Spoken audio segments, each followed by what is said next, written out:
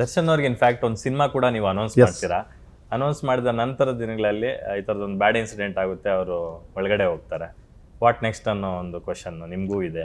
ಇಲ್ಲ, ನನಗೆ ಆ ಥರ ಇಲ್ಲ. ಅವ್ನು ಯಾವಾಗ ಬಂದರೂ ಸ್ಕ್ರಿಪ್ಟ್ ರೆಡಿ ಮಾಡಿದ್ದೀನಿ. ಓಕೆ, ಒಳ್ಳೆ ಬ್ಯೂಟಿಫುಲ್ ಸ್ಕ್ರಿಪ್ಟ್. ಓಕೆ, ಸೊ ಅದ್ಭುತವಾಗಿ ಸಿನಿಮಾ ಮಾಡ್ತೀನಿ. ಅವನು ಯಾವಾಗ ಬಂದರು ಅವನು ನಾಳೆ ಬರಲಿ, ನೆಕ್ಸ್ಟ್ ವೀಕ್ ಬರಲಿ, ನೆಕ್ಸ್ಟ್ ಮಂತ್ ಬರಲಿ, ಬಟ್ ಬಂದೇ ಬರ್ತಾನೆ. ನೆವರ್ ಲೇಟ್, ಯಾವತ್ತೂ ನೆವರ್ ಲೇಟ್. ಅದೇ ಹೇಳ್ತೀವಲ್ಲ, ಸೂರ್ಯ ಮುಳುಗ್ತಾನೆ ಮತ್ತು ಬೆಳಗ್ಗೆ ಆದರೂ ಹುಡ್ತಾನೆ ಅಂತ. ಸಮ್ಟೈಮ್ ನಾನ್ಸೆನ್ಸ್ ಆಗೇ ಆಗ್ತವೆ. ಸಮ್ಟೈಮ್ ಲೈಫಲ್ಲಿ ಯಾರು ಏನು ಬೇಕಾದರೂ ಮಾಡ್ತಾರೆ, ಯಾರು ಏನು ಬೇಕಾದರೂ ಕಾಲು ಎಳಿತಾರೆ, ಯಾರು ಏನು ಬೇಕಾದ್ರೂ ಯಾರ ಮೇಲೆ ಬೇಕಾದ್ರೂ ತಂದಾಕ್ತಾರೆ. ಸೊ ಎಲ್ಲ ಕ್ಲಿಯರ್ ಮಾಡ್ಕೊಂಡು ಅವನು ಹೊರಗಡೆ ಬಂದ ತಕ್ಷಣ ನಾನೇ ಮಾಡ್ತೀನಿ. ಸೂಪರ್. ಪ್ರೇಮ್ ಏನು ದೊಡ್ಡ ಪುಡಾಂಗ ಅಂತ ಒಂದು ಪದ ಬಳಕೆ ಮಾಡಿದ್ರು ಅವರು ಯಾವ ಮನಸ್ಥಿತಿಯಲ್ಲಿದ್ದರೋ ಅಥವಾ ಯಾವ ಪರಿಸ್ಥಿತಿಯಲ್ಲಿ ಆ ಪದ ಬಳಕೆ ಮಾಡಿದ್ರೋ ಗೊತ್ತಿಲ್ಲ. ಪ್ರೇಮ್ ಅವ್ರಿಗೆ ಅದು ಎಷ್ಟು ಮಟ್ಟಿಗೆ ಡೈಜೆಸ್ಟ್ ಆಗಿದೆಯೋ ನನಗೆ ಗೊತ್ತಿಲ್ಲ.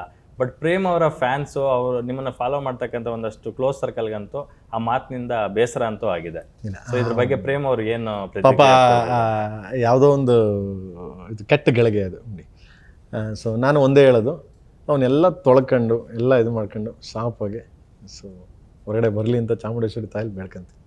ಸೊ ಅಷ್ಟೇ ಮಗನೇ. ನಂದೊಂದು ರಿಕ್ವೆಸ್ಟ್ ಅಂದ್ಕೊಂಡ್ರೂ ಪರವಾಗಿಲ್ಲ. ಕನ್ನಡ ಚಿತ್ರರಂಗದಲ್ಲಿ ಒಂಥರ ಎರಡು ಕಣ್ಣುಗಳಿದ್ದಂಗೆ ಸುದೀಪ್ ಮತ್ತು ದರ್ಶನ್ ಅವರು.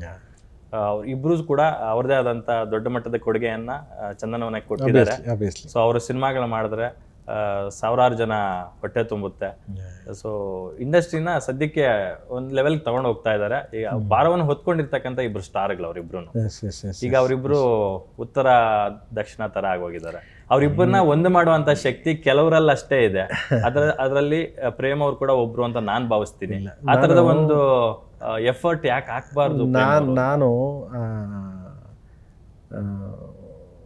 ಅವರಷ್ಟು ಒಳ್ಳೆ ವ್ಯಕ್ತಿಗಳಾಗಲಿ ಯಾರೂ ಇಲ್ಲ. ಯಾಕಂದರೆ ನಾನು ಸುದೀಪ್ ಅವ್ರ ಸಿನಿಮಾ ಮಾಡ್ಬೇಕಾರೆ ದರ್ಶನ್ ಏನು ಮಾಡ್ತಿದ್ದ, ತುಂಬ ಯೋಗಕ್ಷೇಮ ವಿಚಾರಿಸು, ಆಯ್ತಾ ಬುದ್ಧಿ ಮುಗಿತಾ ಬುದ್ಧಿ, ಎಷ್ಟೇ ಶೂಟಿಂಗ್ ಇನ್ನೇನು ಅಂತ ಒಂದು ದಿವಸ ಕೆಟ್ಟದ್ದು ಮಾತಾಡ್ತಿರ್ಲಿಲ್ಲ. ಓಕೆ, ಸುದೀಪ್ ಅವರು ಅಷ್ಟೇ ದರ್ಶನ್ ಬಗ್ಗೆ ಯಾವತ್ತೂ ಒಂದು ದಿವಸ ಕೆಟ್ಟ ವರ್ಡ್ ಮಾತಾಡಿದವರಲ್ಲ.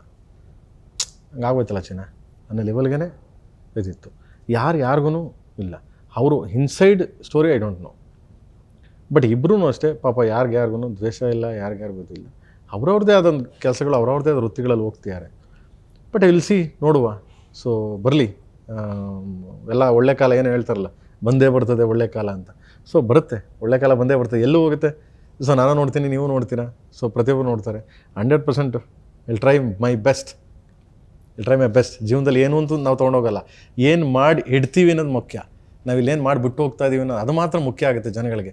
ಏನು ತೊಗೊಂಡು, ಯಾಕೆಂದರೆ ಇಲ್ಲೆಲ್ಲ ಕ್ಷಣಿಕ ಮರ್ತು ಬಿಡ್ತಾರೆ. ಒಂದ್ಸರಿ ದರ್ಶನ ಹೇಳಿದ್ರು, ನಾವು ಏನು ಮಾಡ್ತಾ ಇದ್ದೀವಿ ಅನ್ನೋದಕ್ಕಿಂತ ಹೆಚ್ಚಾಗಿ ಏನೋ ಒಂದು ಸಣ್ಣದು ಏನು ಒಳ್ಳೆತನ ಮಾಡಿದ್ದೆ, ಒಂದು ಸಣ್ಣದು ಏನೋ ಕೆಟ್ಟದ್ದು ಮಾಡಿದ್ರೆ ಎಲ್ಲ ಮರ್ತೋಗ್ಬಿಡ್ತಂತೆ. ಜನ ಅಷ್ಟು ಮೆಮೊರಿಬಲ್ ಹೊಸ ಇದಕ್ಕೆ ಹೊಂಟೋಗ್ಬಿಡ್ತಾರೆ. ಅದಕ್ಕೆ ಬರಲಿ, ಬಂದ ಮೇಲೆ ಅದ್ರ ಬಗ್ಗೆ ಎಲ್ಲ ಯೋಚನೆ ಮಾಡೋಣ. Thank you so much. ಸಾಕಷ್ಟು ವಿಚಾರಗಳನ್ನ ನಾವು ಶೇರ್ ಮಾಡ್ಕೊಂಡ್ವಿ. ಥ್ಯಾಂಕ್ ಯು ಮಗ. ನಿಮ್ಮ ಲಕ್ಕಿ ನಂಬರ್ ಎಷ್ಟು? ಐ ಡೋಂಟ್ ನೋ ಮಗ. ನಾನು first of all number, colour, okay, ಆಮೇಲೆ ಗುಳಿಗಾಲ, ಯಮಗಂಡ ಕಾಲ ಅಂತ ಇರೋದು ನೋಡಲ್ಲ, ಏನು ನೋಡಲ್ಲ ಮಗನೇ. ನಾನು ನಂಬೋದು ಓನ್ಲಿ ನಮ್ಮ ಜಾಬ್, ನಾನು ನಂಬ್ಕೊಂಡಿರೋರು, ನನ್ನ ಕೆಲಸ, ನಂದು ಅಷ್ಟೇ ಮಗನೇ. ನನ್ನ ವೃತ್ತಿ ಏನು ನಾನು ಗೌರವಿಸ್ತೀನಿ, ಆ ವೃತ್ತಿಲಿ ನಾನು ಹೋಗ್ತಾ ಇದೀನಿ ಅಷ್ಟೇ. ಈಗ ಟೈಮ್ ಸರಿಯಿಲ್ಲ ಮಾಡಬೇಡ ಅಂತಾರೆ, ನಡೆಯೋ ಟೈಮ್ ಸರಿಯಿಲ್ಲ ಊಟ ಮಾಡಬೇಡ, ದುಡ್ಡು ಇಸ್ಕೊಬೇಡ ಹಂಗಾರೆ. ನಂದು ವಾದ ಅದು. ಸೊ ಅದಕ್ಕೆ ನಾನು ಯಾವತ್ತೂ ಅಷ್ಟೇ ಸ್ಟ್ರೈಟ್ ಹೋಗ್ತಾ ಇರ್ತೀನಿ. ನಾನು ಯಾವುದೂ ನಂಬಲ್ಲ. ನನ್ನ ತಾಯಿ ನಂಗೆ ದೇವರು. ಸೊ ಯಾವತ್ತೂ ರೆಸ್ಪೆಕ್ಟ್ ಮಾಡ್ತೀವಿ. ಇವತ್ತು ಟಿಲ್ ಟುಡೇ ನನ್ನ ಬೆನ್ನಿಂದ ಯಾವತ್ತೂ ಇರ್ತಾಳೆ. ಸೊ ಹಿಂಗೆ ಮಾಡ್ಕೊಂಡು ಹೋಗ್ತಾ ಇರ್ಬೋದು. ಸೂಪರ್. ಸಮಯದ ಅಭಾವದಿಂದ ನಾನು ಸಂದರ್ಶನ ಮೊಟಕುಗೊಳಿಸ್ತಾ ಇದ್ದೀನಿ. ಇಂಪಾರ್ಟೆಂಟ್ ತಾಯಿ ಬಗ್ಗೆ ಮಾತಾಡೋದಿತ್ತು, ಮುಂದಿನ ಮಾತಾಡ್ತೀನಿ. ಎಸ್ ವೀಕ್ಷಕರೇ, ಸ್ಯಾಂಡಲ್ವುಡ್ಗೆ ಇದು ಪ್ರೇಮ್ ಅವರ 9ನೇ ಕಾಣಿಕೆ. 8 ಸಿನಿಮಾಗಳು ದೊಡ್ಡ ಮಟ್ಟಕ್ಕೆ ಹಿಟ್ ಆಗಿರ್ತಕ್ಕಂಥವು, ಎವರ್ಗ್ರೀನ್ ಸಿನಿಮಾಗಳನ್ನು ಕೊಟ್ಟಿದ್ದಾರೆ. ಈಗ ಕೊನೆಯದಾಗಿ ಇದು ಅಂದರೆ ಈಗ ಲೇಟೆಸ್ಟ್ ಆಗಿ ಬರ್ತಾ ಇರ್ತಕ್ಕಂಥ KD ಸಿನಿಮಾ ಇದೇ ಏಪ್ರಿಲ್ 30 ನಿಮ್ಮ ನೆಚ್ಚಿನ ಥಿಯೇಟರ್ಗಳಿಗೆ ಬರ್ತಾ ಇದೆ. ಆದಷ್ಟು ಕನ್ನಡ ಸಿನಿಮಾಗಳನ್ನು ಥಿಯೇಟ್ರಲ್ಲೇ ನೋಡಿ, ಪೈರಸಿ ಕಾಪಿಗಳನ್ನು ಅವಾಯ್ಡ್ ಮಾಡಿ ಅಂತ ಹೇಳ್ತಾ ಈ ಕಾರ್ಯಕ್ರಮನ ಮುಗಿಸ್ತಾ ಇದ್ದೀನಿ. Thank you sir, thank you so much. ಇವತ್ತು ನನ್ನ ಜೊತೆ ಜಾಯಿನ್ ಆಗಿದ್ದಕ್ಕೆ. ಒಳ್ಳೇದಾಗಲಿ, ದೊಡ್ಡ ಮಟ್ಟಕ್ಕೆ ಹಿಟ್ಟಾಗಲಿ ಸಿನಿಮಾ.